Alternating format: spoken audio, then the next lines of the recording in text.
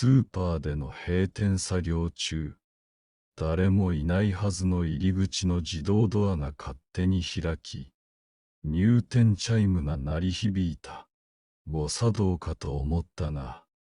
直後、静まり返った店内からタタタッと、子供が走り回るような軽い足音が聞こえてきた。お客様、と声をかけるが返事はない。不審に思い事務室の防犯カメラを確認すると、真っ暗な店内の通路に、青白い顔の子供が一人で佇み、じっとカメラを見上げていた。寒気がして店内に戻ると、子供の姿はどこにもなく、